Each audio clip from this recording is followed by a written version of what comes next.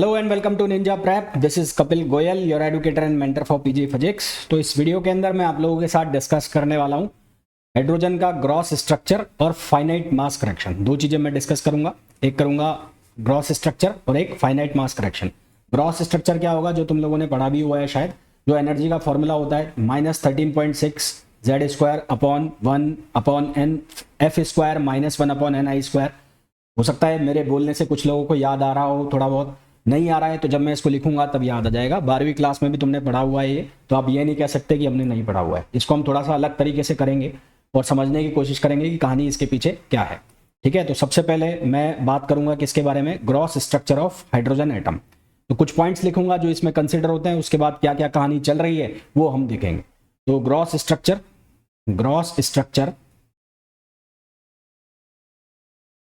Of hydrogen atom, hydrogen atom का gross structure हम लिखेंगे। तो भाई हाइड्रोजन एटम की जब मैं बात करूं तो यहां पर हम क्या कंसीडर कर रहे हैं कि एक हाइड्रोजन का एटम है, उसके अंदर एक न्यूक्लियस है और एक इलेक्ट्रॉन है जो उसके आउटर शेल में चक्कर मार रहा है। ये हम कहानी कंसीडर करते हैं, है ना। तो हमने कुछ ऐसा बना लिया कि यहाँ पर हमारे पास ये एक एटम है और इस एटम के अंदर ये क्या है, एक न्यूक्लियस है और यहाँ से ये इसको रेडियस मिल गई और यहाँ पर एक इलेक्ट्रॉन है जो इसके चारों तरफ चक्कर मार रहा है। जब हम ग्रॉस स्ट्रक्चर की बात करते हैं तो ग्रॉस स्ट्रक्चर में केवल और केवल हम वो एनर्जी कंसीडर करते हैं जिसका लार्ज पार्ट कंट्रीब्यूट करता है, यानी कि एनर्जी का वो पार्ट जो कि बहुत ज्यादा कंट्रीब्यूट कर रहा है, केवल हम उसी को कंसीडर करते हैं, पूरे को कंसीडर नहीं करते। तो ग्रॉस स्ट्रक्चर का मतलब क्या है कि we only include large energy contribution. तो मैं यहां लिख देता हूं पहला कि ग्रॉस स्ट्रक्चर जो है, ग्रॉस स्ट्रक्चर यहां जो लिखा हुआ है वर्ड ग्रॉस स्ट्रक्चर, तो उस ग्रॉस स्ट्रक्चर का मीनिंग क्या है। ग्रॉस स्ट्रक्चर का मीनिंग है only consider energy with large contribution, जिसका ज्यादा कंट्रीब्यूशन है केवल उसको हम कंसीडर कर रहे हैं। पूरी की पूरी जो एनर्जी जो है इसमें जो भी पार्टिसिपेट कर रही है उसको हम कंसीडर नहीं कर रहे हैं। ठीक, तो in terms of Hamiltonian, hydrogen atom के पास एक इलेक्ट्रॉन है और एक प्रोटॉन है। तो न्यूक्लियस के अंदर एक प्रोटॉन है इसके और एक इलेक्ट्रॉन इसके चारों तरफ चक्कर मार रहा है, जो हमने बात करी। यदि हम ये मान लें कि जो न्यूक्लियस है उसका मास जो है वो इनफाइनाइट है, तो इनफाइनाइट मास है, इसका मतलब बहुत भारी हो गया, और बहुत भारी हो गया तो इसका मतलब वो किस में रहेगा, रेस्ट में रहेगा।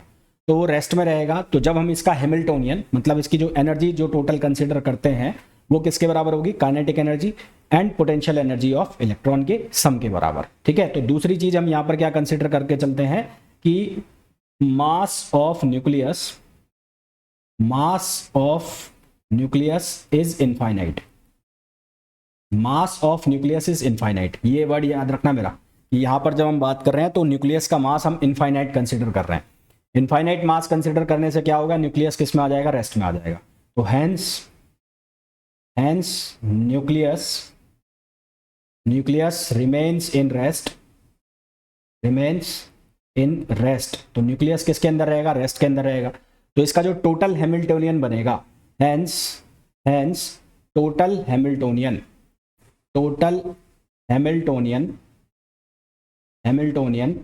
Is the sum of kinetic energy plus potential energy of electron.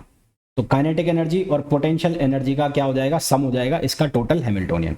मेरे समझ में यहां तक सभी को बात समझ में आ गई होगी। उस हैमिल्टोनियन जो है उसको मैं लिख देता हूं H0 से। तो ये जो हैमिल्टोनियन है इसको मैंने लिख दिया H0 से। तो ये किसके बराबर है, ये है बराबर kinetic energy plus potential energy. तो काइनेटिक एनर्जी को अगर मैं किसके टर्म्स में लिखूं, मोमेंटम के टर्म में, तो मोमेंटम के टर्म्स में कैसे लिखा जाएगा, m²/2m।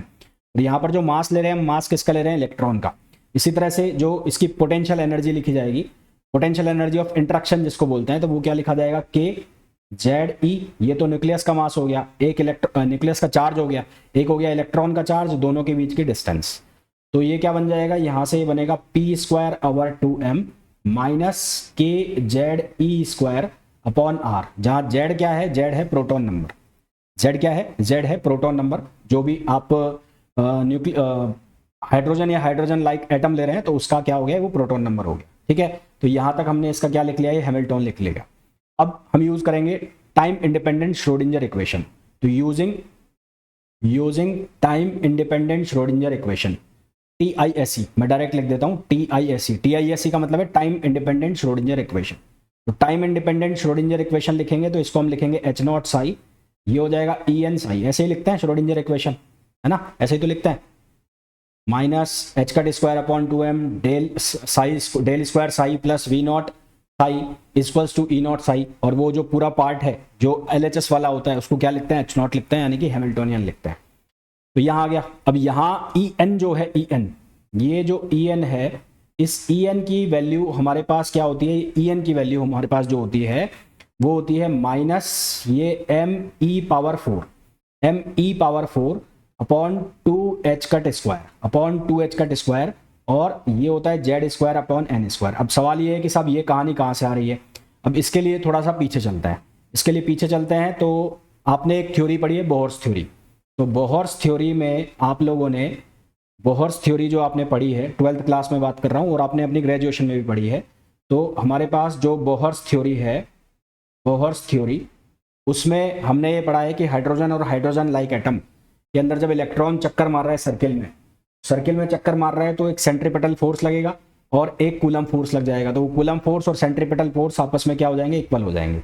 इक्वल हो जाएंगे तो वैल्यू बनेगी kZe square upon R square, और ये सेंट्रीपिटल फोर्स हो गया तो ये हो जाएगा mv स्क्वायर अपॉन R। यहाँ से हम Rn की वैल्यू निकालते हैं। किसकी वैल्यू निकालते हैं, Rn की। अब ये पूरा मैनिपुलेट करके हम निकालते हैं। तो यहाँ से हमारे पास रेडियस की वैल्यू आती है, वो वैल्यू क्या आती है, वो आती है हमारे पास n स्क्वायर h स्क्वायर, ये h स्क्वायर के फॉर्म में मैं लिख रहा हूँ, अपॉन ये आता है पाई एम जेड और ई स्क्वायर, ठीक है। और यहाँ क्या आता है हमारे पास, एप्सिलॉन नॉट। फिर इसको हम अलग करके लिखते हैं। अलग करके कैसे लिखते हैं, ये n स्क्वायर अपॉन जेड को हम अलग लिख देते हैं, और ये जो पूरी कहानी है कौन सी वाली, h square epsilon naught upon pi M E. ये जो m है ये इलेक्ट्रॉन का मास है ना, ये जो m है ये किसका मास है, इलेक्ट्रॉन का। इसको हम क्या नाम देते हैं, ए नॉट। और अगर आपने 12th क्लास में पढ़ा हो तो इसको फिर हम क्या लिखते हैं, 0.529। और आप बोलते भी हो कि हाइड्रोजन की जो ग्राउंड स्टेट है उसमें जो उसकी रेडियस आती है वो 0.529 के बराबर आती है। तो ये जो वैल्यू होती है 0.529 आर्मस्ट्रॉन्ग में आती है, 0.529 आर्मस्ट्रॉन्ग में आती है। तो ये वैल्यू ध्यान रखना। ये वैल्यू मैं इसलिए बता रहा हूँ कि यहाँ पर मैं इसका यूज करके बताऊंगा कि एनर्जी की वैल्यू निकली कैसे, ठीक है। अब मैं यहीं से चल रहा हूँ। अब हमारे पास जो टोटल एनर्जी है वो सम है किसका, काइनेटिक एनर्जी का और प्लस पोटेंशियल एनर्जी का। तो काइनेटिक एनर्जी और पोटेंशियल एनर्जी का सम है। तो यहाँ से हमारे पास kinetic energy half mv square, तो mv स्क्वायर अपॉन r से यहाँ से हम वैल्यू निकालते हैं और ये वैल्यू सब्सटीट्यूट करते हैं। तो हमारे पास जो एनर्जी की वैल्यू बनती है, एनर्जी की वैल्यू बनती है वो बनती है माइनस के Z E square upon 2rn, ये वैल्यू बनती है। और rn की वैल्यू हम यहाँ से सब्सटीट्यूट करते हैं, ये वाली जो हमें दी गई है। तो Rn की वैल्यू जब हम सब्सटीट्यूट कर देते हैं तो हमारे पास ये वैल्यू आ जाती है एनर्जी की, जो मैंने यहाँ लिखी है। तो ये इतना सारा जो मैंने किया है तुम्हें समझाने के लिए किया है कि ये ऐसे आ रहा है, बाकी तुम्हें इसकी कोई ज़रूरत नहीं है। तुम्हें ये फॉर्मूला याद रखना है कि एनर्जी का फॉर्मूला क्या बनेगा, जिसको हम आगे भी देखने वाले हैं। तो यहाँ से हमारे पास एनर्जी का एक फॉर्मूला तैयार हो जाता है। ये एनर्जी का जो फॉर्मूला है ये एच कट के फॉर्म में मैं लिख रहा हूँ, ध्यान देना, यहाँ पर एच कट के फॉर्म में लिख रहा हूँ। तो ये लिख रहा हूँ मैं माइनस एम, यहाँ जो m मैं लिख रहा हूँ ये इलेक्ट्रॉन का मास है, me पावर 4 और upon 2h cut square, upon 2h cut square, upon 2h cut square, ठीक है। और क्या आएगा, यहाँ इसको मैंने ऐसे अलग कर दिया, ये आ गया Z square upon N square. ये me power 4 upon 2h cut square, me power 4 upon 2h cut square, ये आगे जाके हमें एक वैल्यू देगा जिससे हम रेडबर्ग कांस्टेंट बनाएंगे। क्या बनाएंगे, रेडबर्ग कांस्टेंट बनाएंगे, वो बाद में बनाएंगे। तो यहाँ से हमारे पास ये एनर्जी की वैल्यू आ जाती है। n जो होता है ये n, ये जो z होता है z, ये z होता है एटॉमिक नंबर, ये होता है एटॉमिक नंबर, और ये जो n होता है ये होता है principal quantum number, principal quantum number. और प्रिंसिपल क्वांटम नंबर का मतलब है कि इसकी जो वैल्यू है वो 1 2 3 एंड सो ऑन, इस तरह से इसकी वैल्यू चलेगी। तो ये हमारे पास एनर्जी की वैल्यू आ जाती है। और इस एनर्जी की वैल्यू को फिर आप सॉल्व करते हो। जब ये चीज़ सॉल्व होती है तो यहाँ से सॉल्व होकर ये वैल्यू निकलती है कितनी, 13.6 इलेक्ट्रॉन वोल्ट में। तो यहाँ से आप एनर्जी की वैल्यू ये भी बनाते हो, minus 13.6 Z square over N square. ये वैल्यू के साथ भी आप बहुत सारे क्वेश्चन सॉल्व करते हो और यहाँ से ऑब्जेक्टिव क्वेश्चन बनते रहते हैं, है ना। डायरेक्ट ऑब्जेक्टिव क्वेश्चन बनते हैं। यहाँ से आप देखो ई एन डायरेक्टली प्रोपोर्शनल बन रहा है जेड स्क्वायर के, ई एन इनवर्सली प्रोपोर्शनल बन रहा है किसके, एन स्क्वायर के। तो बहुत सारे कंपैरिजन के क्वेश्चन यहाँ से बनाए जाते हैं।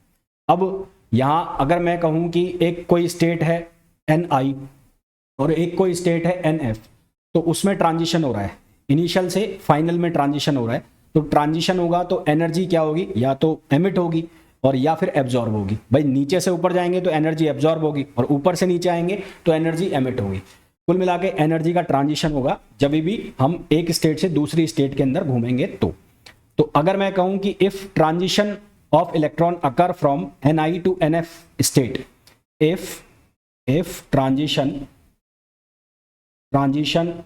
ऑफ इलेक्ट्रॉन अकर्स फ्रॉम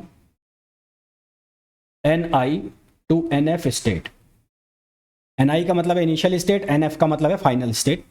तो डेल्टा ई यानी कि एनर्जी में चेंज आएगा वो क्या लिखेंगे, EF माइनस EI।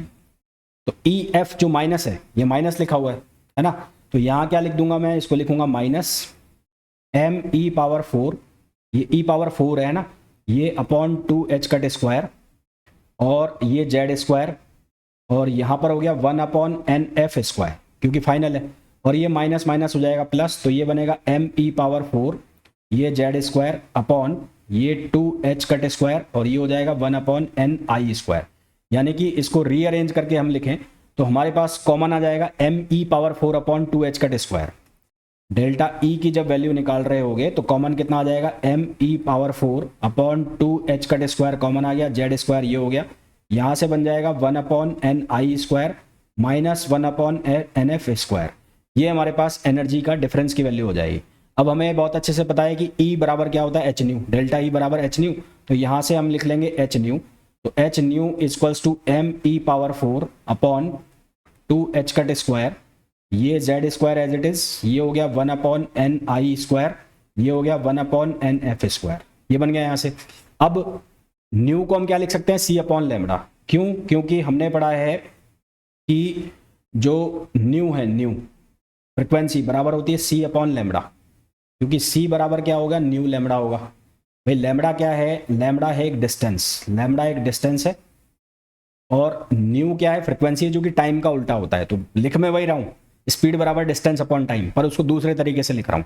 तो यहाँ से बन जाएगा HC upon lambda equals to, ये हो गया ME power 4 upon 2H cut square, ये हो जाएगा जेड स्क्वायर, ये बन गया 1 अपॉन NI स्क्वायर, और ये हो गया 1 अपॉन NF स्क्वायर। तो ये हमारे पास यहाँ से फॉर्मूला बना। अब मेरे को सिर्फ वैल्यू चाहिए किसकी, 1 अपॉन लेमडा की।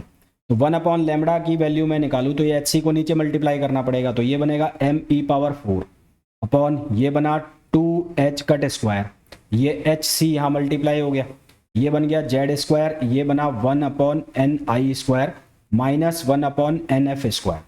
तो ये जो आपको वैल्यू दिख रही है, ये वाली जो वैल्यू दिख रही है, इसको बोला जाता है R। R का मतलब होता है रेडबर्ग कांस्टेंट, R। अब इसको दूसरे तरीके से भी लिख सकते हैं, यहाँ H कट लिखा है, H कट की वैल्यू यानी कि H बार भी बोलते हैं इसको, इस H बार की वैल्यू लिख दो आप H अपॉन 2 पाई, तो ये फिर वैल्यू चेंज हो जाएगी। तो कुल मिला के ये बेसिक सी चीज़ है, ये ध्यान रखना है यहाँ पर। तो ये R है, R क्या होता है, ये होता है रेडबर्ग कांस्टेंट, रेडबर्ग कांस्टेंट, और इस रेडबर्ग कांस्टेंट की वैल्यू होती है 1.09 इंटू 10 पावर 7 पर मीटर, है ना, पर मीटर, यहाँ लिख देता हूँ 10 पावर 7 पर मीटर, ये इसकी वैल्यू होती है पर मीटर। तो ये रेडबर्ग कांस्टेंट बन जाता है। कई बार ये ऑब्जेक्टिव क्वेश्चन बन जाता है कि which one of the following is correct for Rydberg constant, तो ये रेडबर्ग कांस्टेंट है और ये उसकी वैल्यू 1.07।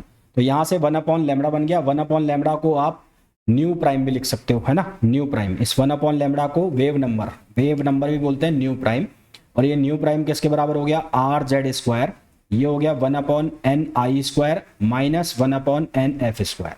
अब ये है तो बहुत आसान, आप लोगों ने ये 12th क्लास में भी पढ़ा है, फिर ग्रेजुएशन में भी पढ़ा है, तो ये आसान सी चीज़ है, बहुत कोई इसमें ऐसी चीज़ नहीं है जो आप लोग ना कर सको। इसी तरह से अगर आपको एनर्जी का डिफरेंस निकालना है तो एनर्जी का डिफरेंस आप सीधा सीधा वैसे भी लिख सकते थे, कैसे,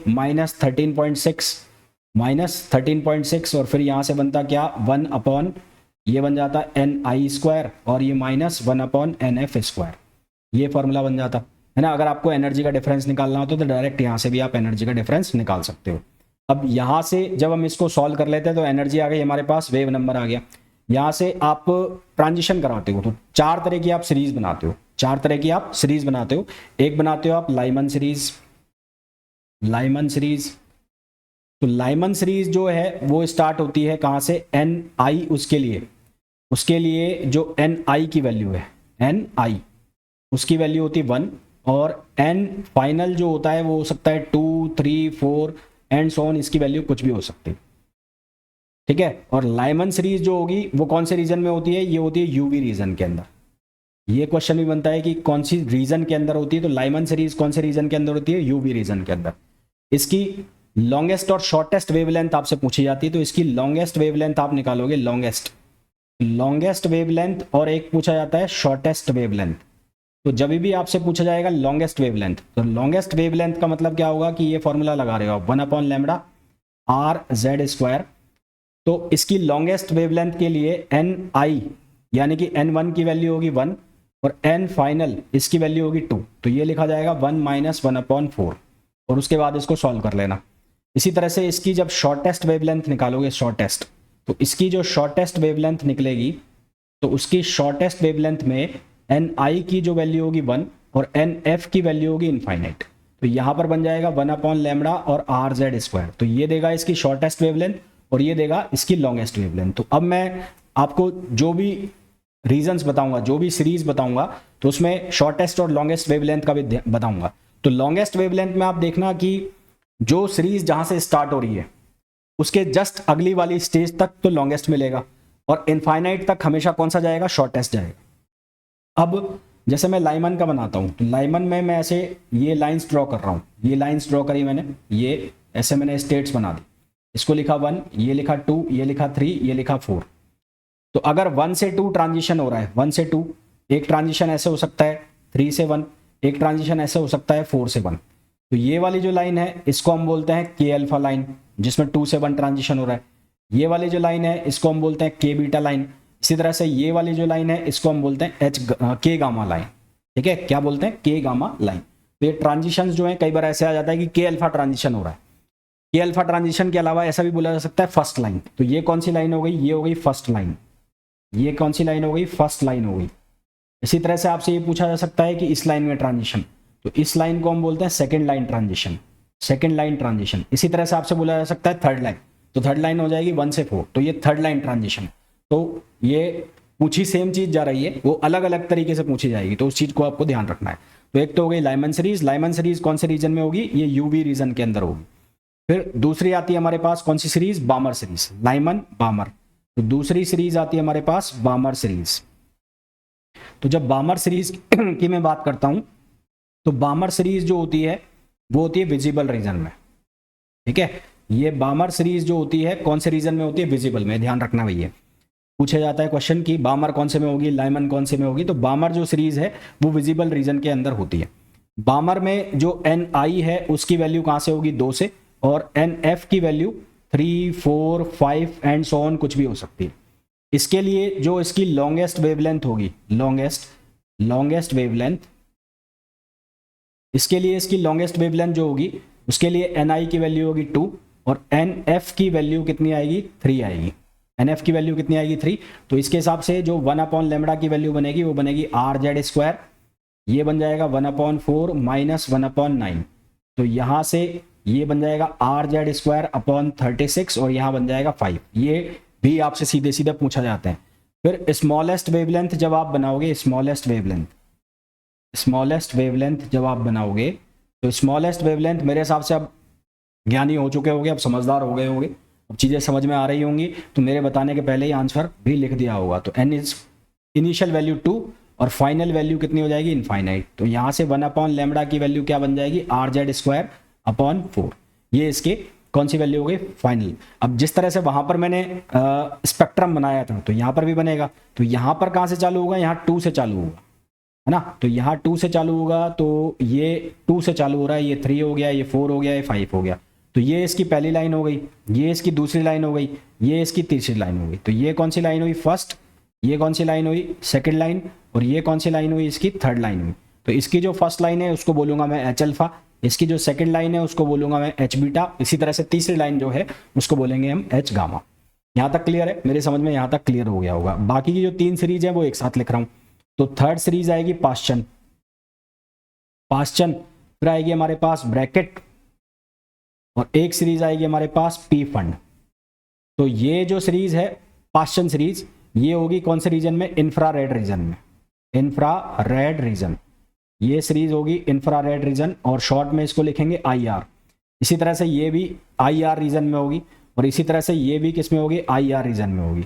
इसके लिए जो इसकी रेंज है वो इनिशियल 3 से होगा, और कहाँ तक जाएगा? एन फाइनल कहाँ तक जाएगा? 4, 5, 6 एंड सो ऑन। इसी तरह से इसकी जो रेंज स्टार्ट होगी वो 4 से स्टार्ट होगी, और फाइनल कहाँ से जाएगा? 5, 6, 7 and so on. Similarly P fund के लिए एन आई की वैल्यू 5 होगी, और एन फाइनल की जो वैल्यू है वो कहाँ से जाएगी? 6, 7, 8 एंड सो ऑन, ये जाएगा, है ना। तो इसके लिए जो लॉन्गेस्ट वेवलेंथ आएगी, लॉन्गेस्ट, अब मेरे हिसाब से लॉन्गेस्ट वेवलेंथ आराम से बता सकते हो, क्योंकि मैंने 2 आपको जो बताए हैं लाइमन पाश्चन, वहाँ से आपको क्लियर हो गया होगा। तो इसकी लॉन्गेस्ट के लिए क्या आएगा? एन आई की वैल्यू कितनी आएगी? 3, और एन एफ की वैल्यू कितनी आएगी? 4। इसी तरह से अगर मैं आपसे पूछूं इसकी शॉर्टेस्ट क्या आएगी, तो इसकी शॉर्टेस्ट वेवलेंथ आप क्या बताओगे? एन आई की वैल्यू 3, और एन एफ की वैल्यू कितनी हो जाएगी? इनफाइनाइट। तो ये तो किसके लिए हो गया? पाश्चन सीरीज के लिए हो गया, ठीक है। कंपैरिजन पूछे जा सकते हैं आपसे इनके, कि लाइमन का पाश्चन से कंपेयर कर दो, लाइमन की वेवलेंथ, लाइमन की फर्स्ट लाइन को पाश्चन की फर्स्ट लाइन से रेशो निकालो। तो फर्स्ट लाइन का मतलब आप समझ चुके हैं आराम से। इसी तरह से ब्रैकेट, ब्रैकेट की जो फर्स्ट लाइन है या लॉन्गेस्ट वेवलेंथ है, तो इसकी जो लॉन्गेस्ट वेवलेंथ होगी, वो लॉन्गेस्ट वेवलेंथ के लिए एन आई कहाँ से स्टार्ट होगा? 4 से, और फाइनल वैल्यू कहाँ तक जाएगी? 5 तक। सिमिलरली इसका शॉर्टेस्ट आपको निकालना है, तो शॉर्टेस्ट के लिए एन आई की वैल्यू आप लोगे 4, और फाइनल जो वैल्यू जाएगी वो जाएगी इनफाइनाइट। इसी तरह से आप लिखो पी फंड के लिए, तो पी फंड के लिए जब आप लिखोगे तो लॉन्गेस्ट वैल्यू जो आप लिखोगे, लॉन्गेस्ट वैल्यू, तो लॉन्गेस्ट आप लिखोगे एन आई इक्वल्स टू कितना? यहाँ 5, और एन एफ की वैल्यू क्या लिख दोगे? 6। सिमिलरली एन आई की वैल्यू शॉर्टेस्ट के लिए लिख रहा हूँ यहाँ 5, और एन फाइनल की वैल्यू कितनी हो जाएगी? इनफाइनाइट। तो ये किसके लिए हो गया? शॉर्टेस्ट के लिए हो गया। क्वेश्चन क्या आप बन सकते हैं वो सारे मैंने आपको बता दिए। एक क्वेश्चन जो बताया मैंने कि इनका रेशो पूछा जा सकता है, जैसे फर्स्ट लाइन का, लाइमन की फर्स्ट लाइन का बामर की फर्स्ट लाइन से रेशो बता दो।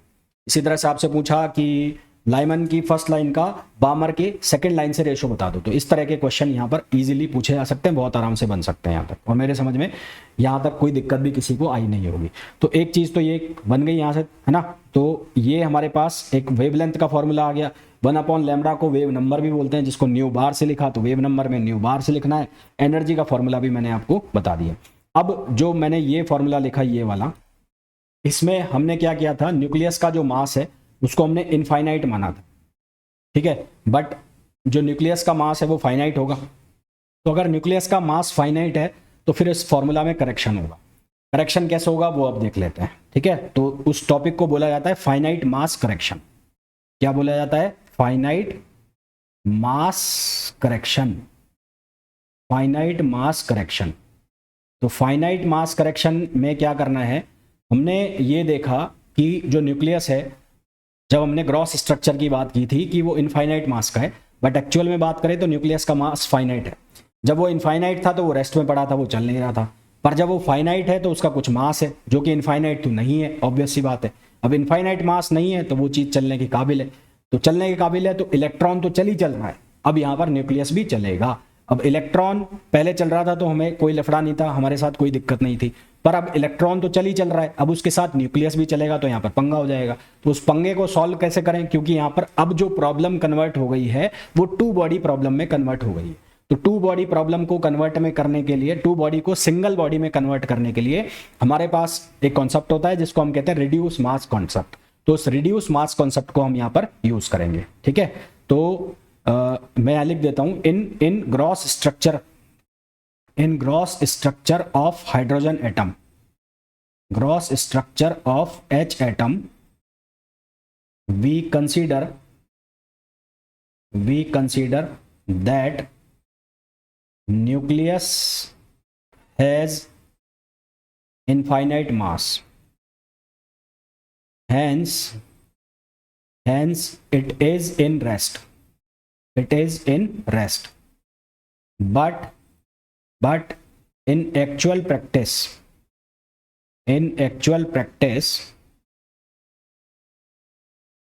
nucleus has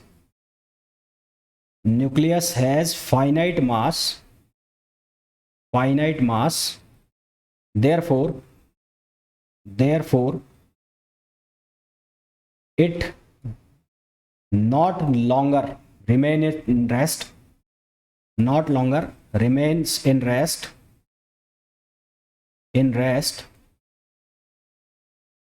nucleus is also in motion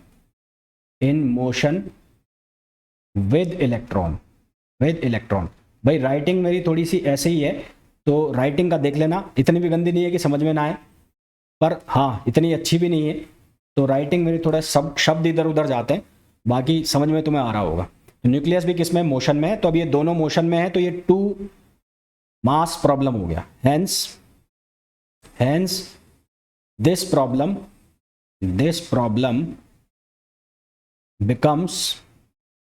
becomes 2 body mass problem।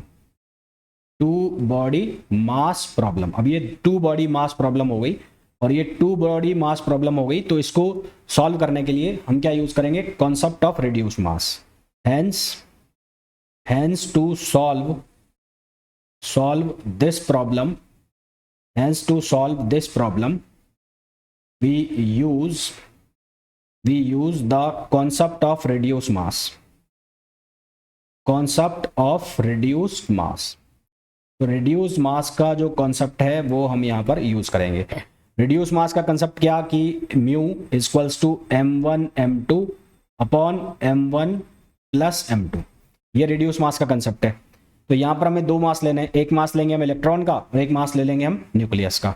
तो यहाँ पर हम 2 मास ले रहे हैं, तो 2 मास को मैं एक को स्मॉल m लिख देता हूँ, एक को कैपिटल M, एक को स्मॉल m लिख दिया, एक को कैपिटल M। तो स्मॉल m जो हो गया वो हो गया मास ऑफ इलेक्ट्रॉन, ये हो गया मास ऑफ इलेक्ट्रॉन, और एक हो गया हमारे पास कैपिटल M, ये हो गया मास ऑफ न्यूक्लियस। ये क्या हो गया, मास ऑफ न्यूक्लियस। ये जो कैपिटल M हो गया ये मास ऑफ न्यूक्लियस हो गया। तो ये हमें यूज करना है, तो अब हमारा जो रेडबर्ग कांस्टेंट है उसकी वैल्यू बदलेगी। पहले जो हम रेडबर्ग कांस्टेंट लिख रहे थे R infinite when nucleus mass is infinite, when nucleus mass is considered infinite, जब न्यूक्लियस का मास इनफाइनाइट कंसीडर किया जा रहा था, तो हम रेडबर्ग कांस्टेंट को लिख रहे थे m⁴ upon 2h cut square और hc। ये m जो लिख रहे थे इलेक्ट्रॉन का मास था, पर अब हम कौन सा मास ले रहे हैं, फाइनाइट मास ले रहे हैं, ठीक है। बट व्हेन, यहां लिख देता हूं, when nucleus mass is finite, when nucleus mass is finite, जब न्यूक्लियस का मास फाइनाइट है, तो अब ये फाइनाइट मास को मैंने लिख दिया rm से, और यहां पर जो मैंने लिखा था इसको लिखा था r इनफाइनाइट से, तो इसको लिख दिया rm से, और rm की वैल्यू हो गई म्यू, यहां लिखा था m, ये हो गया μe⁴, यहां लिखा हमने 2h कट स्क्वायर hc, ये एज इट इज लिख दो 2h कट स्क्वायर hc। अब इन दोनों को कंपेयर करो, कंपेयर कैसे करोगे, rm को डिवाइड कर दो किससे, r इनफाइनाइट से, तो rm को डिवाइड कर दो r इनफाइनाइट से, तो rm को डिवाइड करोगे इनफाइनाइट से, तो ये बनेगा म्यू अपॉन m। ये m जो है इलेक्ट्रॉन का मास है, तो यहां से म्यू की वैल्यू क्या होगी, small m capital M upon small m plus capital M, और डिवाइड हो रहा है किससे, स्मॉल m से, स्मॉल m मर गया, तो यहां से rm अपॉन r इनफाइनाइट, ये किसके बराबर बन गया, ये बन गया capital M upon small m plus capital M। ये कैपिटल M जो है ये किसका मास है, न्यूक्लियस का मास है। तो rm जो हमारे पास बनेगा rm, तो उस rm की वैल्यू हो जाएगी capital M upon small m plus capital M, और यहां से हो जाएगा r इनफाइनाइट। तो ये जो आया ये करेक्शन आ गया किसके अंदर, ये करेक्शन आ गया फाइनाइट मास के अंदर। तो इसको हम बोलते हैं correction due to due to finite mass of nucleus, due to finite mass of nucleus. ठीक है, तो ये बहुत काम आएगा, ये बहुत बार पूछा भी जाता है। तो आई होप यहाँ तक सबको समझ में आ गया होगा। ऐसा कोई लंबा चौड़ा रॉकेट साइंस नहीं है जो तुम्हें समझ में ना आया हो, और मेरे समझ में मैंने तुम्हें बहुत आसानी के साथ और बहुत ही लेमैन लैंग्वेज में समझाने की कोशिश की है। राइटिंग बहुत ज़्यादा मेरी अच्छी नहीं है, हो सकता है समझ में ना आए, पर थोड़ा सा समझने की कोशिश करोगे तो समझ आ जाएगी। तो होपफुली सब समझ में आया हो। मिलते हैं नेक्स्ट वीडियो में, till then thank you, bye bye.